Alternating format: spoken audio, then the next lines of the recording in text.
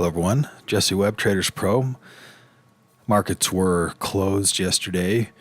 I had failed to pay attention to that, so essentially the same stocks and updates will be today. We'll see if we can find something else to review, but just a reiteration of the bullish conditions in a bull market.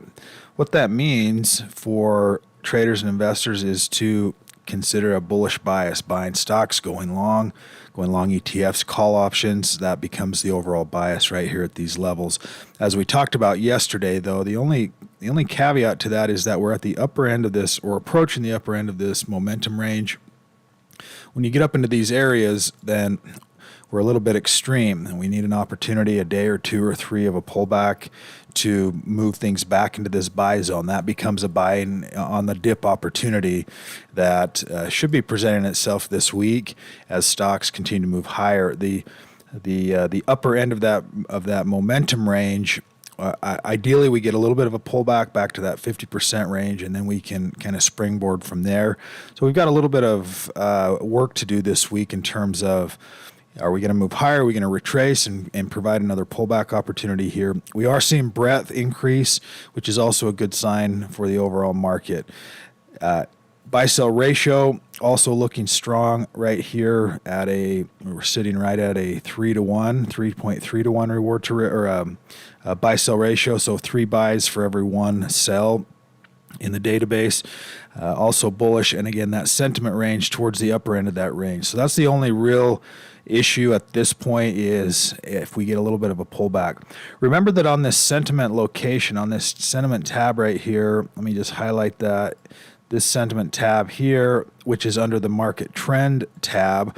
As you go through these are going to give you just a quick glance of where are we at in the trend on some of these either asset classes or commodities or currencies, different things that are in the overall marketplace, in this case bonds or natural gas, gold, even volatility. So if we look at some of these, you can see, for example, light sweet crude, which is tradable with the ETF USO, bouncing off of a low right here, or at least it has been. It's moving back up now again towards the upper end of that range. But that's where the sentiment location, when we're looking for reversal areas, is going to be key. It's just really easy to quick and glance to see where we're at in those overall trends. So notes, you can see interest rates or bonds towards the bottom end of that range. So as bonds start to climb higher, interest rates can go lower. So this is set up for an area where you could see bonds starting to move higher, and that's actually T notes.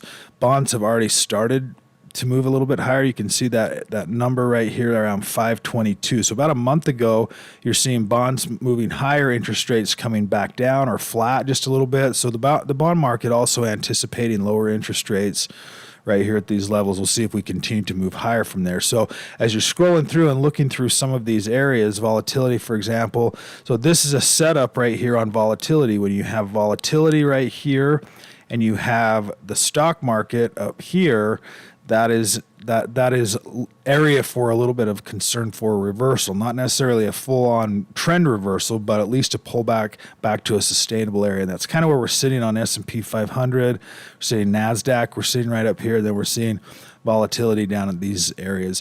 Doesn't mean to say we couldn't get a real good, nice blow off top here, which may also happen in the markets.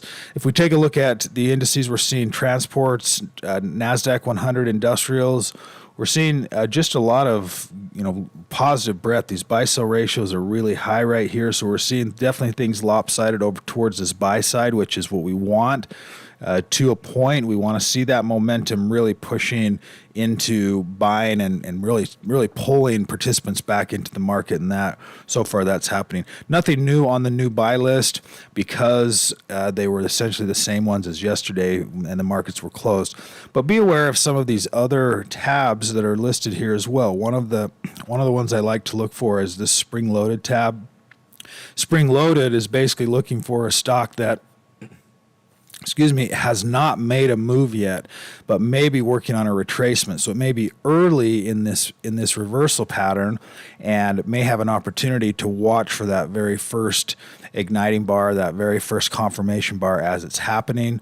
We don't always get those, but they're kind of spring-loaded. They're set up, they're coiled, and in a lot of cases, they're getting ready to make that move from this hold range back up into the buy range. So it's a little bit more of an early indicator. If I go here to my scans, if I go to muscle scans, and then this drop down right here, spring loaded.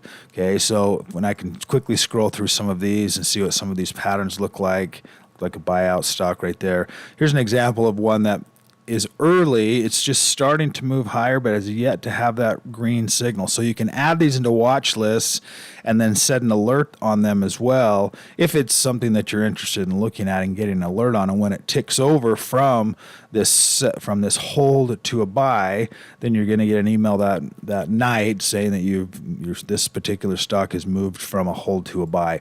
You can do that just in the watch list. You can also get, sometimes I'll scan through this list without the signals on, so I'm just looking at a regular traditional candlestick pattern, and if I have a setup that's got something like this, then I can actually see that formation where you've got this uptrend and counter trend and then a good confirmation bar. It hasn't quite made it, starting the momentum this direction, so it's a little bit early in terms of a pattern entry signal. But again, that may be the point in these type of market conditions, is looking for a little bit earlier entry and that first initial confirmation bar as it's moving out of that corrective pattern. So interesting scan to be able to utilize for the current market conditions. And really, there's just a lot of each of these settings are slightly different. Go through and set up. Take a look to see. If you look at the scan and you click on the tab and scroll down at the bottom, you'll see what the criteria for that particular scan is set up to do. That'll do it for today's update. Everyone have a fantastic day today.